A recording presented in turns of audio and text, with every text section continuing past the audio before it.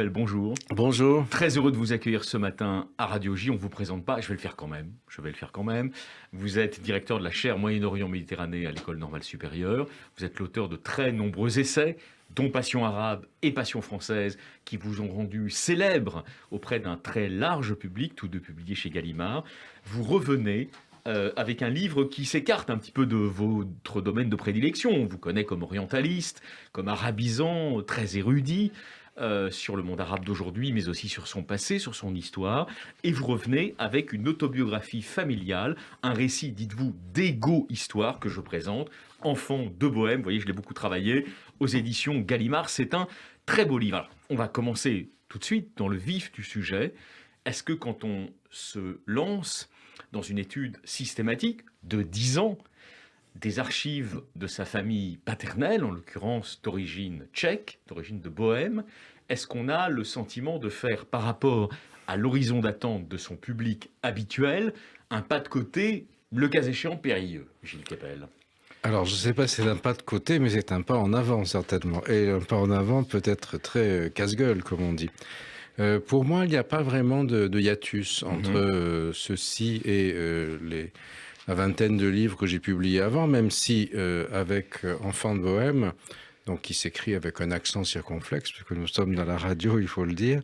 C'est... Même si vous vous amusez aussi de l'homophonie, avec le terme bohème, vous êtes aussi un enfant de la balle, quelque part, on va y venir dans un instant. Oui, bien sûr, puisque le personnage que je nomme Rodolphe K, qui est celui qui est issu de mon grand-père, est venu de la Bohème, c'est-à-dire du pays tchèque, en 1908, vers la Bohème accent grave, c'est-à-dire Montparnasse, pour y traduire notamment Guillaume Apollinaire. Exactement, c'est le traducteur en français, le traducteur en tchèque de Guillaume Apollinaire, qu'il a croisé d'ailleurs, je Oui, suppose, tout à fait. bien sûr, dans Oui. cette espèce de bouillonnement du Montparnasse de la fin de la Belle Époque. Et donc vous restituez, j'allais dire au fond, un siècle d'histoire familiale, d'une histoire tchèque transplantée dans la société française. On peut dire que un travail comme ça, alors ça mobilise évidemment les qualités de chercheur qu'on vous connaît, c'est-à-dire savoir rassembler une documentation, même dans une langue que vous avouez ne pas parler, la langue tchèque. Dont Voilà. j'ignore tout, contrairement à l'arabe, oui. Mais ça mobilise aussi autre chose, probablement, qui est une sorte de capacité d'imagination du romancier, car il s'agit quand même de reconstruire ce passé. Il vous a été évidemment en partie transmis, mais pas complètement. Il y a des bribes, il y a des trous, et il faut combler ces lacunes. Donc j'imagine qu'il y a aussi une dimension d'imagination romanesque que vous avez mobilisée dans ce livre, d'ailleurs écrit avec, comment dire, dans une facture, on peut le dire, extrêmement littéraire. On retrouve là, au fond, le Gilles Kepel, j'allais dire écrivain, qui était celui de Passion arabe notamment. Oui, et en effet, et une mémoire très parcellaire, puisque ce livre est né de la conjonction, d'une certaine manière, de deux événements. D'abord, sur le temps long, mon père, qui est décédé de la maladie d'Alzheimer en 2019, et qui avait bien sûr perdu la mémoire récente, mais conservait des fulgurances de mémoire ancienne brève, me parlant d'épisodes que je ne comprenais à peine car je n'avais pas le contexte. Et Alzheimer, ça a comme caractéristique d'effacer, on va dire, la mémoire immédiate de ce qu'on vient de faire ou de vivre, des conversations que l'on vient d'avoir lorsqu'on est un sujet frappé par cette maladie neurodégénérative, comme on dit chez les médecins. En revanche, ça n'efface pas forcément le logiciel de la plus ancienne mémoire. Oui, partiellement, c'est très parcellaire et surtout ça ne dure pas éternellement. Après, tout s'effondre. La mémoire, le langage. À la fin de sa vie, mon père parlait une sorte d'idiolecte où il mêlait du français, du tchèque et de l'anglais, puisqu'il avait passé la Seconde Guerre mondiale en Angleterre, au lycée français délocalisé dans le district des Lacs. Et en fond, c'était sa langue à lui. C'était un signifiant sans signifier, si vous voulez. Et c'est ça que j'ai voulu restituer, c'est-à-dire j'ai voulu lui rendre sa mémoire qu'il perdait et ainsi pouvoir continuer à être avec lui jusqu'au bout. Ça, c'est un premier élément, bien sûr, qui était plutôt l'élément fort et constituant. Le deuxième, c'est que... On peut dire, je vous interromps à ce stade parce que c'est très intéressant, dans cette quête autobiographique, puisqu'il s'agit d'une autobiographie familiale, il y a aussi une dimension de dette hétérobiographique envers votre père, notamment. Oui, bien sûr, Voilà. mais ce n'est pas une autobiographie, je crois. On m'a demandé à quel genre appartenait ce texte. Alors bon, pour être dans l'esprit du temps, j'ai dit qu'il était transgenre et que ce livre était mon coming out, comme ça, que j'étais tranquille. Alors vous allez vous faire des amis, mais effectivement, il n'appartient pas à d'un genre répertorié. C'est pas non plus exactement, vous avez raison, une autobiographie, même si elle est élargie aux dimensions de la famille, du père et du grand-père. C'est pas de l'autofiction, évidemment. C'est pas non plus un livre d'histoire simplement, mais c'est un peu aussi un roman. Donc, et c'est une quête introspective. Donc alors vous avez moi, raison. je l'ai appelé une épopée. Une épopée. Et un peu à la manière, vous savez, d'un grand peintre tchèque qui a d'ailleurs vécu ici, à Paris, à Montparnasse, et qui a fait les posters de toutes les chambres des jeunes filles que nous avions connues quand nous étions jeunes. Il y a Kupka, c'était Moucha. On appelle Moucha ici. Kupka et Moucha que et votre grand-père a connu. Voilà, Moucha qui a fait une série de tableaux qui ne sont pas les plus connus ni les plus extraordinaires du reste, qui s'appelle l'épopée slave. Alors c'est mon épopée slave à moi, si vous voulez. Mais je voulais vous dire aussi qu'il y a eu un autre facteur déclencheur qui, lui, est beaucoup plus en rapport avec ma vie d'avant, si j'ose dire. C'est que en 2016, j'ai été condamné à mort par le djihadiste Larossi Abdallah qui venait d'égorger à Magnanville le policier Jean-Baptiste Salvin. Vous vous rendez en prison. Ah, ça, c'est après. C'est-à-dire, j'apprends le matin donc que, en enregistrant sa vidéo après avoir commis ce crime atroce, d'égorger le brigadier et son épouse devant leur petit garçon, il demande de me tuer parmi une liste de journalistes, d'ailleurs. Je n'ai rien contre les journalistes, mais bon, il ne voulait pas me tuer comme universitaire, mais comme tel. Et donc, j'ai dû passer 2 ans sous protection policière, qui était une épreuve assez complexe. J'ai d'ailleurs partagé l'expérience avec Salman Rushdie, et ce qui vient d'arriver à Rushdie, que j'avais rencontré à Princeton à cette occasion, nous rappelle que même 33 ans après la fatwa de Khomeini, un jeune Libano-américain de 24 ans a quand même essayé de nouveau de le tuer et l'a défiguré significativement. Et donc, ça m'a fait un peu réfléchir à comment j'en étais arrivé là, parce qu'il ne voulait pas juste faire un autodafé de mes bouquins, il voulait me trancher la tête. Et c'était une chose qu'on prenait à l'époque très au sérieux. Bon, depuis lors, tous ces gens-là sont morts, et bon, c'est ainsi. Mais donc, ça m'a donné un peu de recul, et ça m'a donné aussi la volonté d'arriver à comprendre comment, je ne suis pas juste un être de chair et de papier, ou de bytes d'encre et de papier, ou de bytes et de microchips, mais aussi de chair et de sang. Et vous êtes un peu aussi un philosophe, c'est-à-dire vous pratiquez l'histoire un peu comme un philosophe. En tout cas, il y a une dimension comme ça dans vos livres, et vous vous êtes souvenu, sans doute à l'occasion de ces différentes expériences vécues, que comme le disait Nietzsche, les idées sont la plupart du temps des biographies mises en concept. Et donc jusqu'à un certain point, votre intérêt pour votre passion arabe, qui est très ancienne, vous avez appris l'arabe quand vous étiez jeune étudiant, c'est une passion qui n'est pas sans lien avec les origines de votre famille. Alors ça peut paraître étrange au premier abord, c'est que simplement vous avez appris très tôt cette espèce de regard éloigné sur l'identité française. Vous vous sentez, comme l'aurait dit Nicolas Sarkozy, un Français de sang mêlé. Est-ce que je résume bien les choses? Oui, un métèque. S'il faut trouver un genre, je suis du genre métèque. Même si je suis un métèque en peau de lapin, parce que je suis né ici. Un métèque bourgeois. Voilà, j'ai fait mes études. Ligné au lycée Montaigne. Voilà. Votre fils cadet est au lycée Montaigne aussi. Il est à la fac maintenant. Mais mon père également, en 1938, il y a une anecdote dans le livre, mais pas mon père et son père reviennent à Paris, après avoir passé 10 ans à Genève, où Rodolphe K. était le chef du bureau de presse tchécoslovaque à la Société des Nations. Et mon père arrive en 6e, et il a un peu oublié le français parce qu'il a fait du bûcheronnage en Bohème pendant 1 an au lieu d'aller à l'école. Et le prof leur donne des mots, à trouver des phrases qui vont avec ces mots. Et il y a le mot inévitable. Alors, il n'est pas très sûr de lui. Il demande à son propre père, qui lui dit, eh bien, en 1938, juste, il entre à l'école, il entre au lycée juste après que Daladier est revenu de Munich. Propose la phrase suivante: on dit que la guerre est inévitable. Alors il lève le doigt, tout fier, et les gosses lui disent: salaud, sale tchèque, à cause de toi on va avoir la guerre, et viennent lui casser la gueule à la récré. Mais comme il avait coupé des arbres en Bohême et s'était fait des biscottos de bûcherons, il les met tous au tapis, et il est quand même collé, mais il a sauvé l'honneur face au capitulaire franchouillard. Alors on vous sent un petit peu ironique, enfin c'est pas, il n'y a pas d'irrespect, mais quand même un peu ironique envers la trajectoire de votre grand-père, qui était l'intime de tous ceux qui ont fait la jeune Tchécoslovaquie dans les années 20, notamment Beneš, dont il a été le professeur, et Masaryk, dont il était le disciple. L'élève à la fin. Voilà, mais au fond, on a le sentiment que ça tourne un peu court pour lui, cette belle carrière politique qu'il aurait pu avoir.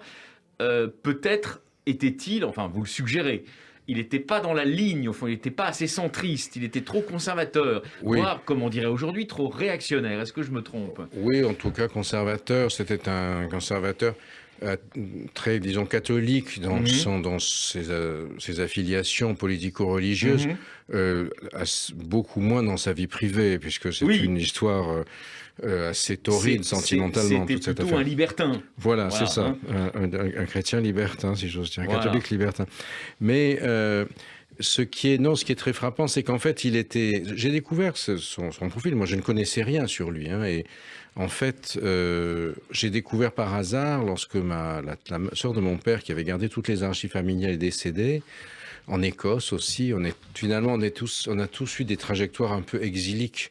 Et quand je me suis exilé au Moyen-Orient, j'ai porté sur la France à laquelle j'appartenais, d'où je venais, un regard un peu décentré, comme celui qu'avaient mon grand-père et mon père, comme vous le suggériez tout à l'heure, à part que mon grand-père se projetait vers la France, mon père y vivait de manière complexe, et moi j'y suis parfaitement installé, si vous voulez, mais j'ai sans doute trouvé ou senti le besoin de m'en décentrer pour mieux la comprendre et pour mieux comprendre aussi ce qui se passait dans nos sociétés aujourd'hui, où il y a une autre immigration que celle de l'Europe de l'Est, qui est très présente dans le pays, qui est aujourd'hui ce qui suscite les principaux clivages politiques, la tripartition de notre Assemblée, même si par ailleurs on voit que l'actualité fait que l'Europe de l'Est, la Russie, j'étais à Prague au début du mois de septembre, il y a énormément de réfugiés ukrainiens, etc. Finalement, cette grande histoire, ce siècle que je me suis efforcé de restituer de manière épique, il nous fait retour aujourd'hui. Et c'était un peu comme l'exhumation de l'Atlantide. Si Exactement, exhumation d'une Atlantide. Alors on va venir à la dimension justement de regard éloigné sur la France, parce que vous avez raison, ça court dans Enfants de Bohême, mais ça court dans toute votre œuvre en réalité. Passion française et Passion arabe, je les citais, sont deux livres indissociables. 93 aussi, ce sont trois livres indissociables et qui témoignent évidemment d'une interrogation sur ce qu'on appelle aujourd'hui improprement, mais c'est comme ça, l'identité française dans le débat public. Oui, on va y venir dans les 10 dernières minutes de l'émission. Mais avant, justement, une remarque de votre ami Jacques Rupnik. C'est un grand spécialiste de l'Europe centrale, lui-même d'ailleurs d'origine tchèque. Lui, il est slovène, mais il a vécu en Tchécoslovaquie et il parle parfaitement tchèque. C'est ça, une famille très proche de Havel. Et au fond, vous évoquez à l'instant, vous voyez, c'est pas moi qui vous ai lancé là-dessus, mais c'est Atlantide engloutie qui était l'autre Europe. Est-ce que vous avez eu le sentiment aussi, en vous mettant à ce travail, que je ne nomme pas, on va dire, ce travail d'épopée, est-ce que vous avez eu le sentiment que cette autre Europe, qui est souvent mal connue des Français, a quelque chose à nous apprendre aujourd'hui? Oui, absolument. Et alors, notamment parce qu'il y a eu une fusion complètement oubliée entre Prague et Paris. Un amour fou, et j'utilise l'expression à dessein, puisque les surréalistes sont beaucoup allés à Prague, Soupeau, André Breton, bien sûr, et vous avez peut-être vu l'exposition Toyen, qui s'est tenue au Musée d'Art Moderne cet été. Et Toyen était une surréaliste tchèque qui a fini sa vie en France, justement.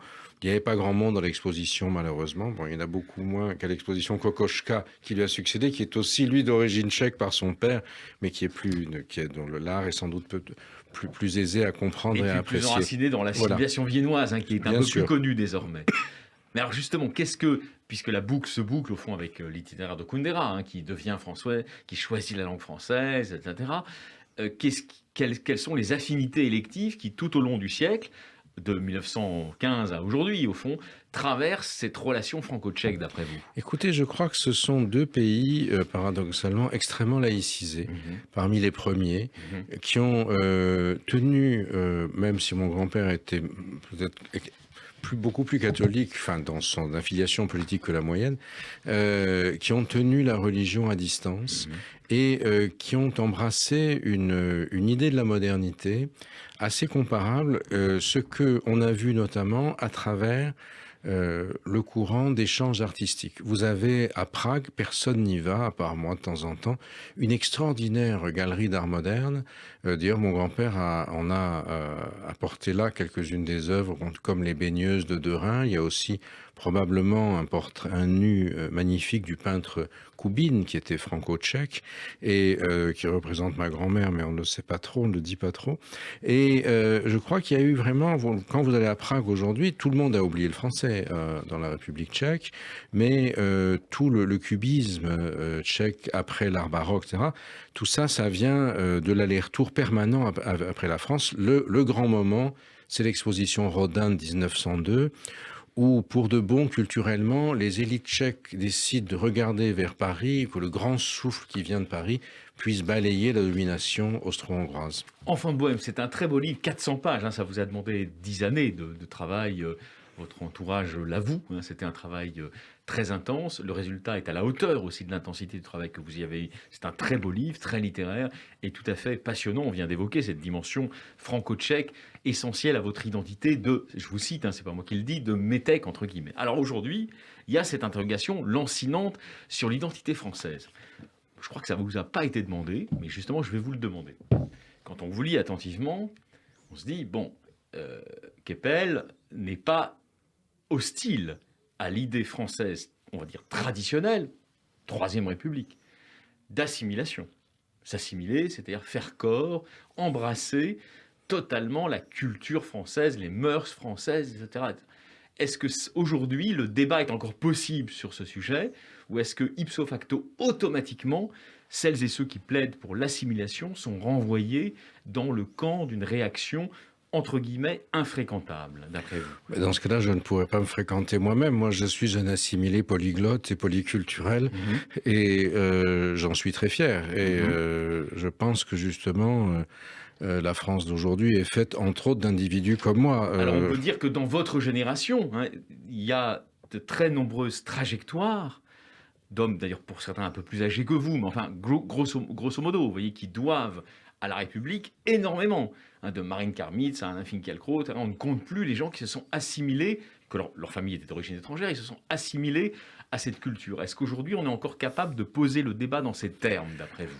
Je crois que, en dépit de ce qu'on voit dans les médias, de ce qui fait bien sûr la une de l'actualité, la violence djihadiste, des jeunes de banlieue qui même se sont convertis à un islamisme radical et qui n'ont comme objet que de détruire la France, tuer ses représentants, qu'ils soient en uniforme ou non. Cette assimilation a quand même lieu encore. Oui, c'est ça. C'est que en réalité, au fond, vous voyez dans les processus, moi je connais beaucoup de gens originaires du Maghreb par ma profession, et je vois bien que il y a quand même une imprégnation très forte parce que c'est que la France. Je vous donne une anecdote. J'ai accompagné le président Macron en Algérie à la fin du mois d'août, et c'est la première fois que j'ai vu une délégation française à l'étranger qui comportait autant de personnes originaires du pays où l'on allait, qui était la majorité, et qui finalement étaient les porteurs de la modernité face à une Algérie gérontocratique, incapable de mener les réformes aujourd'hui. Et justement,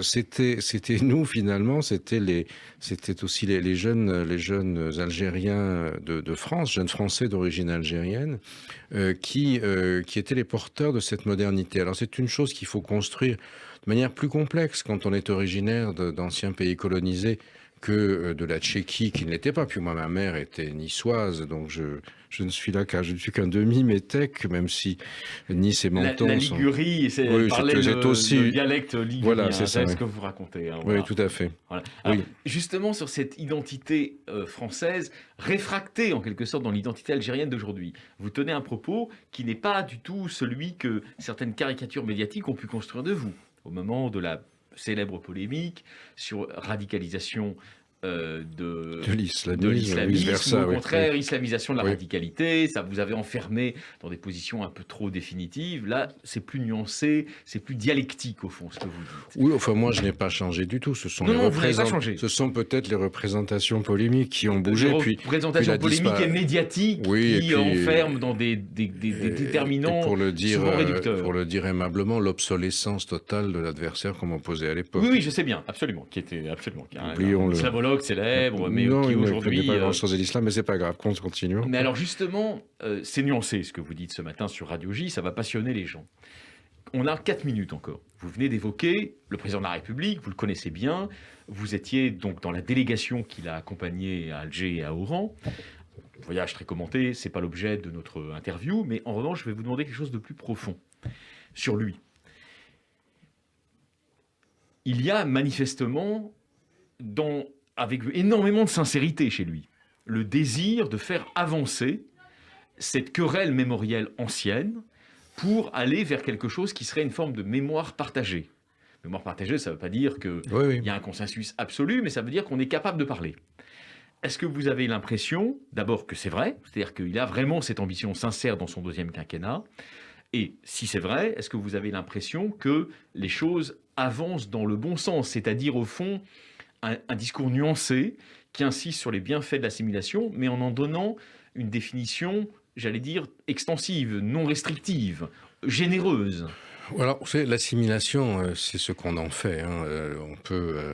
Vous avez mentionné Alain Finkielkraut tout à l'heure, qui revendique par ailleurs une part de son identité, qui est l'appartenance au judaïsme. Tout à fait. Et qui n'est pas quelque chose qu'on est obligé d'occulter pour être français, pas plus qu'on ne doit occulter son appartenance, si on le souhaite, à l'islam, au bouddhisme ou à toute autre forme des identités qui surgissent partout aujourd'hui, de genre et autres, ou de couleurs.